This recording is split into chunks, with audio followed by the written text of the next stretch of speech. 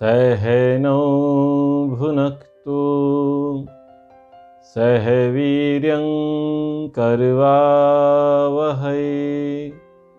तेजस्विनावधीतमस्तु मा विद्विषावहै। ओम शांति शांति शांति।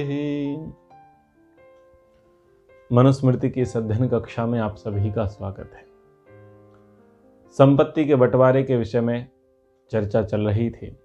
महानुभावों, आप पुत्र नाम पर संशय करते होंगे और एक संशय आपके मन में होता होगा, पुम नाम नरक। क्या पुम नामक कोई नरक होता है या पुम नाम का कुछ अन्य ही अर्थ है? तो उस प्रसंग को आज हम समझेंगे। पहले जो माता पिता का धन का जो बंटवारा था, उस बंटवारे के संबंध में हम चर्चा करेंगे। तो अब आगे प्रसंग बढ़ाते हैं कि मान लीजिए किसी माता पिता के यहाँ पुत्री हुई है केवल और पुत्र नहीं है, तो पुत्री तो विवाह करने के बाद ससुराल चली जाएगी। तो माता पिता की संपत्ति का अधिकारी कौन होगा, किस प्रकार से होगा, वो किसे गोद लेंगे, उस विषय में मनुस्मृति क्या कहती है। कह रहे, अपुत्रो अनेन विधिना सुताम कुर्वीत पुत्रिकाम यदपत्यम भवेदस्याम तन्मम स्यात् स्वधाकरम। कह रहे, अपुत्रः पुत्रहीन पिता अस्याम यत् अपत्यम भवेत् तत् मम स्वधाकरम स्यात्। पुत्रहीन पिता क्या करे, मेरी इस कन्या से जो पुत्र उत्पन्न होगा वह मुझे वृद्धावस्था में पुत्रवत अन्न भोजन आदि से पालन पोषण करने वाला होगा और सेवा द्वारा सुख देने वाला होगा। ऐसा दामाद से कहकर अपनी कन्या को पुत्रिका करे। कह रहे हैं कि विवाह हो गया, बेटी ससुराल चली गई, लेकिन अपने दामाद से वो ये कह दें कि जो मेरी कन्या है, इस कन्या से जो पुत्र उत्पन्न होगा वो उस पुत्र को मैं गोद ले लूँगा, उस नाती को मैं गोद ले लूँगा, वो मेरे साथ रहेगा और वृद्ध अवस्था में पुत्र के समान वो मेरा पालन करेगा, मुझे अन्न देगा, भोजन देगा, पालन पोषण करेगा, मेरी सेवा करेगा, मुझे सुख देगा। तो वो मेरे यहाँ रहेगा, मैं उसको गोद लेता हूँ और मेरी संपत्ति का अधिकारी, जो मेरी संपत्ति का अधिकारी है वो कौन होगा, वो मेरा नाती होगा, मेरा पुत्र होगा। तो धन की उत्तराधिकारिणी पुत्री होगी या नाती होगा? दामाद धन का अधिकारी नहीं होगा।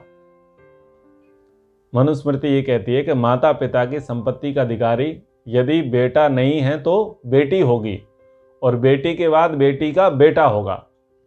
माता पिता की संपत्ति का अधिकारी बेटी के रहते ना तो परिवार वाले होंगे, ना समाज वाले होंगे, ना बेटी के ससुराल वाले होंगे। ये नियम है मनुस्मृति के संविधान में कि जो पुत्री वाले हैं, जिनके घर में बेटी है, तो उस पिता की संपत्ति का मालिक कौन होगा? केवल और केवल बेटी होगी अथवा बेटी का बेटा होगा। और बेटी के यहाँ भी बेटी होंगी तो बेटी ही होंगी। दामाद और ससुराल पक्ष के लोग उसके अधिकारी नहीं माने जाएंगे और ना ही पिता के भाई यानी चाचा ताऊ आदि लोग उस संपत्ति के अधिकारी होंगे और ना ही समाज होगा, ना ही शासन होगा। ठीक है। अब ये नियम महर्षि मनु जी ने बनाया, तो इस व्यवस्था को समाज में हम देखते हैं और ये बहुत अच्छे से सुचारू रूप से करोड़ों वर्षों से चलती आ रही है। ठीक है। पुत्र के अभाव में सारे धन की अधिकारिणी कौन होगी? पुत्री। यथैवात्मा तथा पुत्रः पुत्रेण दोहिता सम तस्यात्मात्मनि तिष्ठन्त्याम कथमन्यो धनम हरेत। जैसी अपनी आत्मा है वैसा ही पुत्र होता है और जैसा पुत्र होता है, माता पिता का अंगरूप होता है, तो पुत्र के समान ही आत्मरूप कौन होती है? पुत्री होती है। उस आत्मा रूप पुत्री के रहते हुए कोई दूसरा धन को कैसे ले सकता है? अर्थात नहीं ले सकता। भाव यह है कि पुत्र के अभाव में पुत्र ही माता पिता के धन की अधिकारी होगी, कोई और व्यक्ति उस धन का अधिकारी नहीं होगा। तो ये बहुत बड़ा संविधान संपत्ति के विषय में बताया, और कई राज्य तो इस बात को लेकर के ही लड़ पड़े, और बहुत जगहों पर विवाद राज परिवारों में प्रॉपर्टी को लेकर के हो जाता है। वो बेटी को उत्तराधिकारी नहीं मानते, बेटी को संपत्ति का वारिस नहीं मानते, और वो स्वयं ही क्या करते हैं? वारिस बनने का प्रयास करते हैं, उत्तराधिकारी बनने का प्रयास करते हैं। तो बहुत सारे माता पिता जो इस धर्म को जानते हैं वो चतुराई करते हैं, और वो कह देते हैं कि मेरी प्रॉपर्टी का वारिस मेरी बेटी जब विवाह करेगी, वो विवाह के बाद जब उसका जो बेटा होगा उसको मिलेगा।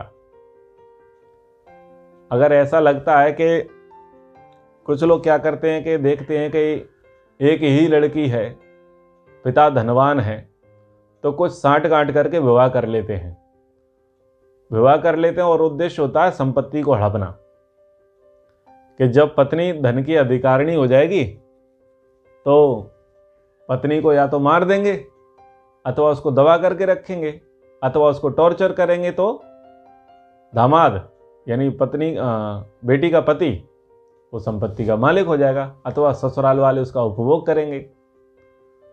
तो जब ऐसी स्थितियां लगती हैं, ऐसे लक्षण दिखाई देते हैं पहले से, तो कुछ माता पिता चतुर होते हैं। वो क्या करते हैं कि मेरी बेटी के बाद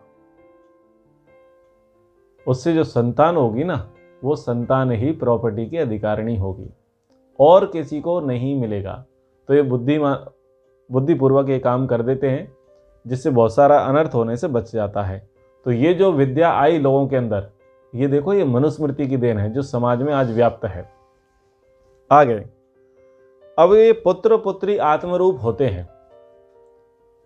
अभी बहुत सा जगह पर ये भ्रांतियां फैलाई जाती हैं कि वेदों में, मनुस्मृति में तो केवल और केवल पुरुष प्रधान बातें कही गई हैं, पुत्र की बात कही गई है, पुत्री के संबंध में तो कुछ कहा ही नहीं गया है, पुत्री को कोई तवज्जो नहीं दी गई है, ऐसे लोग व्याख्या करते हैं।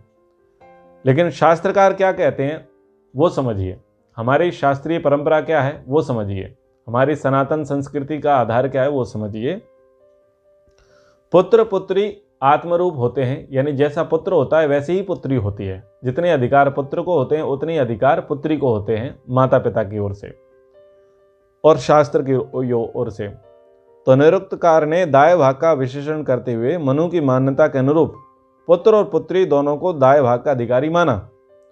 किसी प्राचीन ग्रंथ के श्लोकों को उद्धृत करते हुए यास्क ने मनु की इस मान्यता को कोट किया।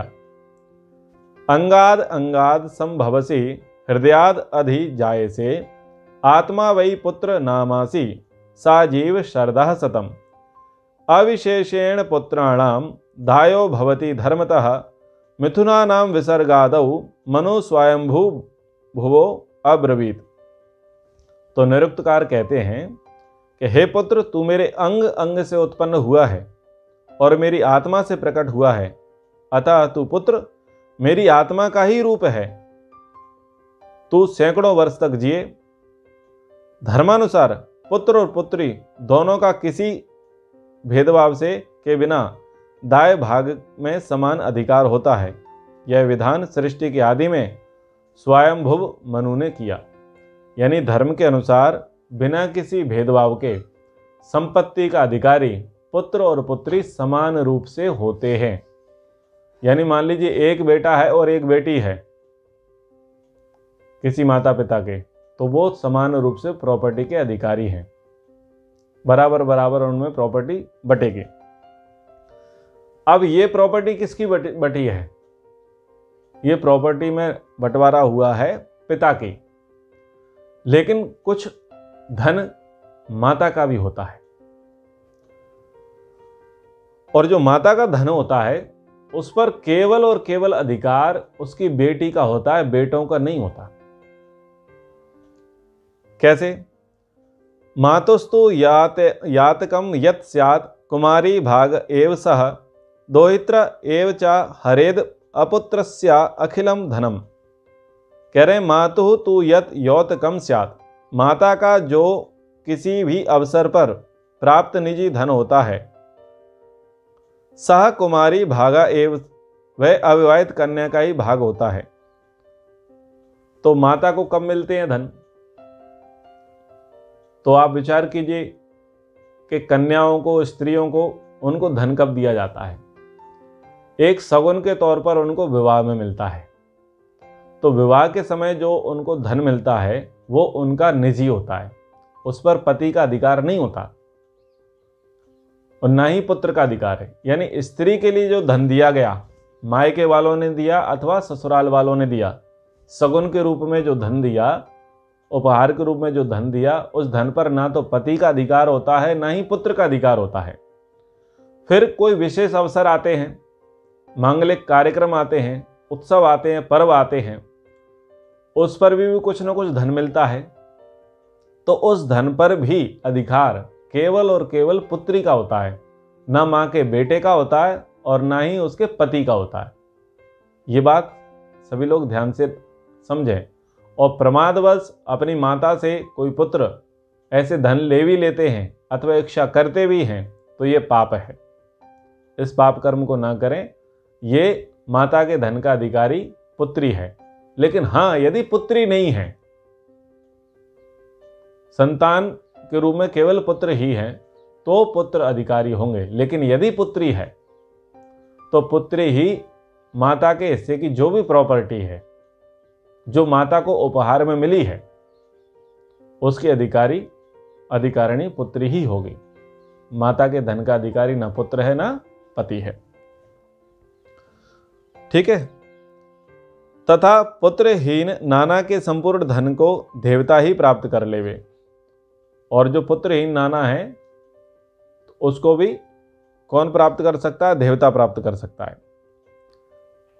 अब कह रहे हैं पुत्रिकायाम कृतायाम तु यदि पुत्रो अनुजायते समस्तत्र विभागा स्यात् ज्येष्ठा नास्ति ही स्त्रियः। कह रहे हैं पुत्रिकायाम कृतायाम तु, पूर्वोक्त विधि से, यानी पुत्र का विधि से, गोद लेने वाली विधि से कर लेने के बाद, यदि पुत्र अनुजायते, यदि किसी को पुत्र उत्पन्न हो जाए, एक कंडीशन दे दी कि बेटी बड़ी हो रही थी और विवाह कर दिया। विवाह करते समय दामाद को बोल दिया कि मेरी बेटी से जो पुत्र उत्पन्न होगा वो मेरी संपत्ति का अधिकारी होगा। लेकिन कभी कभी ऐसा होता है कि किसी को 20 वर्ष बाद, 15 वर्ष बाद, 25 वर्ष बाद संतान हो जाती है, कभी कभी हो जाती है। तो हो जाती है और उधर तो उसने क्या बोल दिया कि मेरी बेटी से जो संतान उत्पन्न होगी वो मेरी प्रॉपर्टी के हकदार होगा। तो यहाँ पर कहा कि फिर वो पुत्र भी प्रॉपर्टी का अधिकार होगा। अब वो प्रॉपर्टी दोनों में बट जाएगी, यानी पुत्र में और नाती में, यानी मामा और भांजे में वो प्रॉपर्टी बराबर बराबर बट जाएगी ऐसे। ठीक है। अब पुत्र के विषय में कहते हैं, पुत्र किसे कहते हैं, ये बहुत महत्वपूर्ण है। इस प्रसंग को आप ध्यान से सुनिएगा। पुत्र का लक्षण क्या है और जो पुंनाम नरक की बातें हैं जिस पर हम अभी चर्चा कर रहे थे, उसका अर्थ क्या है वो आप समझिएगा। पुंनामनो नरकाद यस्मात् त्रायते पितरम सुतः तस्मात् पुत्र इति प्रोक्तः स्वयं एव स्वयं भुवा। तो ये श्लोक आया है। इस श्लोक को आप याद कर लेवें। 9वां अध्याय है, पृष्ठ संख्या 323 है, 323, श्लोक संख्या 138, 138। ठीक है। कह रहे हैं यह जो सुतः पुत्र पितरम माता पिता की पुंनामनः नरकात्। अब ये ध्यान से सुनिए, पुंनामनः नरकात्। लोग क्या सोचते हैं कि पुत्र वो है जो पुम नामक नरक से तारते हैं, यानी किसी नरक का नाम उन्होंने पुम्न, किसी नरक का कल्पना क्या कर ली, पुम, कि पुम नाम का कोई नरक है, उस नरक में जाने से जो तारता है उस तारने वाले को पुत्र कहते हैं। यदि इस पुत्र नहीं होगा तो वो पुम नामक नरक से तरेंगे नहीं। लोग ऐसा उल्टा अर्थ लगा लेते हैं, इसलिए इस पर आप विशेष ध्यान दीजिए। कह रहे पुम नामना नरक नरकात। पुम पुम कहते हैं संतान के अभाव रूप कष्ट और वृद्धावस्था को। ध्यान से सुनिए, पुम किसे कहा? जो संतान का अभाव हुआ और संतान के अभाव में जो कष्ट हुआ।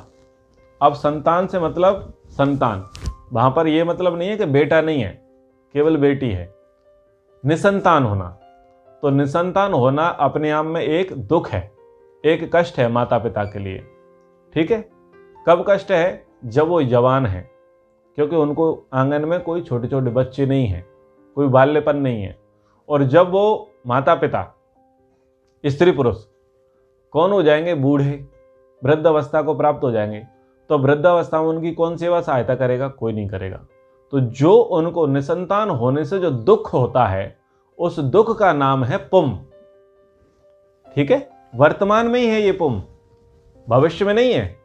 मरे पीछे कोई पुम नामक नरक होगा, उस नरक में जाने से जो बचा लेगा उसको पुत्र कहा जाएगा, ऐसा नहीं है। निसंतान दंपत्ति को जो दुख है, उस दुख को कहते हैं पुम। तो उस पुम नाम नरक से, यानी संतान के अभाव रूप कष्ट, वृद्धावस्था, रोग आदि से उत्पन्न होने वाले दुख रूप को क्या कहा? नरका। नरक से जो त्रायते रक्षा करता है उसको स्वयं भुवा स्वयं एव पुत्र इति प्रोक्तः। स्वयं ईश्वर ने वेद में बेटे को पुत्र संज्ञा से अभिहित किया है। यानी पुत्र किसे कहा? जो माता पिता की सेवा शुश्रूषा करे, उनको सुख देवे, वृद्धावस्था में उनकी सेवा करे, रोग में उनकी चिकित्सा करावे, प्रेम से उनका भरण पोषण करे, उसको करने वाले को कह रहे हैं पुत्र। और जो निसंतान दंपत्ति हैं, जो दुखी हैं, कष्ट में हैं, रोग से पीड़ित हैं और वृद्ध अवस्था को प्राप्त हैं, उस अवस्था का नाम है पुम। पुम नामक नरक। और ये नरक कब है? ये दुख कब है? ये जीते जी है, मरने के बाद नहीं। ठीक है, ये ध्यान रखिएगा, ये मरने के बाद नहीं है। तो सांसारिक व्यक्तियों का पुत्र प्राप्ति का उद्देश्य क्या होता है? इस बात को सैद्धांतिक रूप से समझने, जो सैद्धांतिक बात है उसको व्यवहारिक रूप से समझिए। जो सांसारिक लोग हैं, गृहस्थ लोग हैं, वो क्यों चाहते हैं संतान? पुत्र क्यों चाहते हैं? वो चाहते हैं कि ये जो पुत्र पुत्री हैं, ये जीवन में, वृद्धावस्था में, रोग आदि में कष्ट से क्या करेंगे? सहायता करेंगे, माता पिता की सेवा करेंगे, माता पिता की रक्षा करेंगे, माता पिता का पालन पोषण करेंगे। किससे करेंगे? धन से, अन्न से, जल से।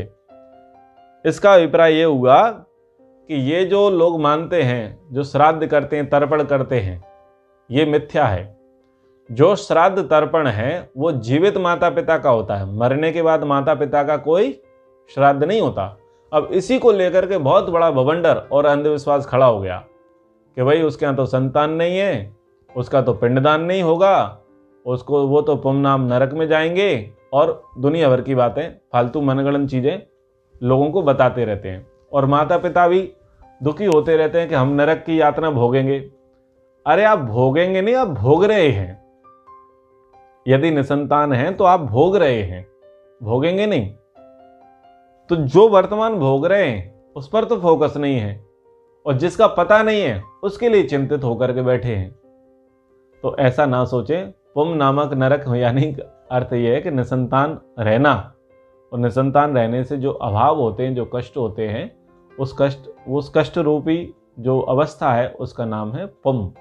ठीक है, अब उससे जो त्रायते, उसको जो तार देगा, कौन तारेगा? वो पुत्र तारेगा। अब एक और चीज समझ लीजिए कि संतान है, ठीक है, लेकिन माता पिता का अनुसरण नहीं करती, माता पिता का पालन पोषण नहीं करती, माता पिता की सेवा शुश्रूषा नहीं करती, और वृद्धावस्था जब हो जाती है तो उनको कहीं अनाथालय में छोड़ देते हैं, कहीं अपना जीवन बसर करने के लिए छोड़ देते हैं, अथवा अपनी पत्नी को लेकर के ये तो रफू चक्कर हो जाते हैं, घूम चले जाते हैं और माता पिता को अकेला छोड़ देते हैं। तो जीते जी संतान थे, लेकिन संतान ने भी सहारा नहीं दिया, आसरा नहीं दिया, तब भी वो नरक वाली ही स्थिति उनकी हुई। ठीक है। अब ऐसी दुष्ट संतान, कुपुत्र संतान, जियत पिता में दंगम दंगा और मरे पीछे पहुंचाए गंगा, तो ऐसी संतानें मूर्ख संतानें हैं।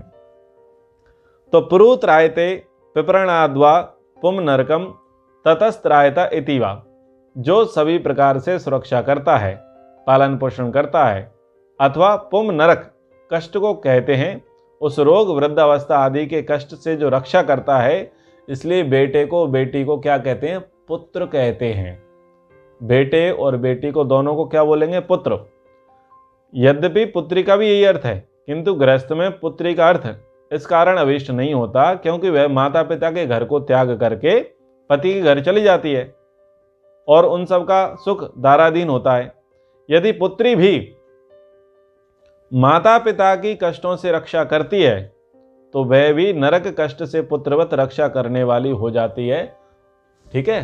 तो पुत्री क्या होती है? बहुत सारी बेटियां जो है उनका माता पिता के प्रति बहुत लगाव होता है, इसलिए वो विवाह नहीं करती अथवा लेट शादी करती हैं, अथवा ये चाहते हैं कि वो उनको घर जमाई मिल जाए, अथवा वो ये करते हैं कि वो माता पिता की केयर करते रहते हैं। तो इस प्रकार से जो बेटियां माता पिता की सेवा शुश्रूषा करती हैं वो पुत्र होती हैं, इसलिए उनको पुत्र का मतलब आपको समझ में आ गया? जो दुखों से तारे। तो दुखों से तारने वाली बेटी भी हो सकती है और बेटा भी हो सकता है। ठीक है। तो ये इस प्रकार से ये बातें आपको मैंने बताई। अब इसका दत्तक पुत्र के विषय में और हम चर्चा कर लेते हैं। उपपन्नो गुणैः सर्वैः पुत्रो यस्य तु दत्त्रियमः स हरेतेव तद्रिक्थं संप्राप्तो अपन्य गोत्रतः। यस्य तु दत्त्रिमः पुत्रः, जिसका दत्तक पुत्र यानी गोद लिया हुआ पुत्र है, सर्वे गुणे उपपन्नः, सभी श्रेष्ठ या वर्णोचित पुत्र गुणों से जो संपन्न है, अन्य गोत्रता संप्राप्त अपि, चाहे वह दूसरे वंश का हो। ठीक है। सह तत् रिक्तम हरेद एव, वह उस गोद लेने वाले पिता के धन की को उत्तराधिकारी के रूप में निश्चित रूप से प्राप्त किया जाता है। तो पहले तो निसंतान माता पिता थे, मतलब केवल बेटा नहीं था, बेटी थी, और बेटी का विवाह हो गया तो बेटी का बेटा गोद ले लिया, उसको कहा पुत्रिका, यानी नाती को गोद ले लिया, वो हो गया पुत्रिका, गोद लिया हुआ बेटा। अब है दत्तक पुत्र। दत्तक पुत्र यानी वो अपने कुल का नहीं है, किसी दूसरे कुल का है। अपने कुल का भी हो सकता है और दूसरे कुल का भी हो सकता है, यानी बेटी का बेटा नहीं है, बेटी के बेटे को छोड़ करके वो भाई का बेटा है, अन्य मामा का बेटा है, फूफा का बेटा है, मासा का बेटा है। ठीक है। अथवा अन्य मित्रों का बेटा है और परिचित हैं अथवा अपरिचित हैं, उनका पुत्र ले लिया तो वो पुत्र कहलाया दत्तक पुत्र। वो दत्तक पुत्र पिता की संपत्ति का पूर्ण अधिकारी माना जाता है शास्त्रोक्त विधि से। ठीक है। तो रानी लक्ष्मीबाई ने बेटे को गोद लिया था, वो इसी नियम से लिया था दत्तक पुत्र, क्योंकि शास्त्र में था कि दत्तक पुत्र लिया जाता है और वो माता पिता की संपत्ति का अधिकारी होता है। लेकिन अंग्रेजों की क्या थी? नीयत खराब, इसलिए उन्होंने दत्तक पुत्र को मान्यता नहीं दी और उन्होंने राज्य हड़पने का षड्यंत्र रचा। तो इससे क्या समझ में आया कि हमारे समाज में दत्तक पुत्र और दत्तक पुत्र संपत्ति का अधिकारी होता है, इसका विधान रहा है। ठीक है। अब अंतिम, हम पिछली कक्षा में स्वयंवर विवाह के विषय में बात किए थे, विवाह विच्छेद के विषय में बात किए थे और माता पिता की प्रॉपर्टी के भाग में बात किए थे। अब एक अंतिम विषय रह गया है, स्त्री धन। तो स्त्री का जो धन है, माता का जो धन है, वो कैसे कैसे किसको दिया जाएगा उसके विषय में और चर्चा करेंगे। लेकिन उससे पहले आज की कक्षा को समाप्त करते करते एक अंतिम विषय है कि पुनर्विवाह किसका होता है। शास्त्र पुनर्विवाह के विषय में क्या कहते हैं, ठीक है, यानी विवाह किससे हो सकता है, विवाह के लिए क्या अनिवार्यता बताई गई है। तो विवाह के लिए पहली अनिवार्यता तो क्या बताई गई है कि गुणकर्म स्वभाव में अनुकूल हो, ठीक है, और गुणकर्म स्वभाव में अनुकूल होने से भी पहले ये बताया कि वो शास्त्र पढ़ा हो, 4 वेद, 3 वेद, 2 वेद, 1 वेद, मतलब वेद वैदिक साहित्य वो पढ़ा हो और गुणकर्म स्वभाव उसके अच्छे हों। लेकिन दूसरी जो रिक्वायरमेंट है, जितना शास्त्र पढ़ा हुआ अनिवार्य रिक्वायरमेंट है, वैसी ही एक रिक्वायरमेंट है ब्रह्मचारी, ब्रह्मचारिणी। तो कह रहे हैं सा चेत अक्षत योनि स्यात् गत प्रत्यागता अपि वा पौनर्भवेन भर्त्रा सा पुनः संस्कारम अर्हति। सा चेत अक्षत योनि स्यात्, वह स्त्री यदि अक्षत योनि, जिनका संभोग संबंध ना हुआ हो, ऐसी हो, वा चाहे वह गत प्रत्यागता अपि, पति के घर गई आई भी क्यों ना हो, सा वह पुनर्भवेन भर्त्रा, दूसरे पति के साथ पुनः संस्कारम अर्हति, पुनः विवाह कर सकती है।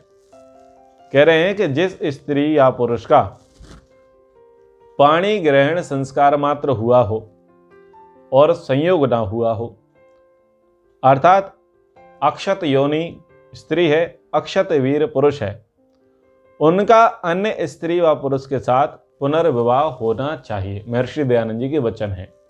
यानी दूसरा विवाह यदि करना है तो दूसरे विवाह में कंडीशन ये है कि वो पूर्ण रूप से ब्रह्मचारी ब्रह्मचारिणी हो, ठीक है। इंग्लिश में बोलते हैं वर्जिन, तो यहां पर बोला कौमार्य, अक्षत योनि। तो जो इस प्रकार से हैं केवल उन्हीं का पुनर्विवाह होगा, अन्य का नहीं। तो आज की कक्षा को हम यहीं पर विराम करते हैं। आशा करता हूँ ये प्रसंग आपको समझ में आया होगा। आगे माता की संपत्ति के विषय में और चर्चा करेंगे कि माता की संपत्ति का बंटवारा किस किस प्रकार से होगा, कौन कौन होगा। एक बार ओम का उच्चारण। ओम। सर्वेभ्यो नमः। सबको साधन।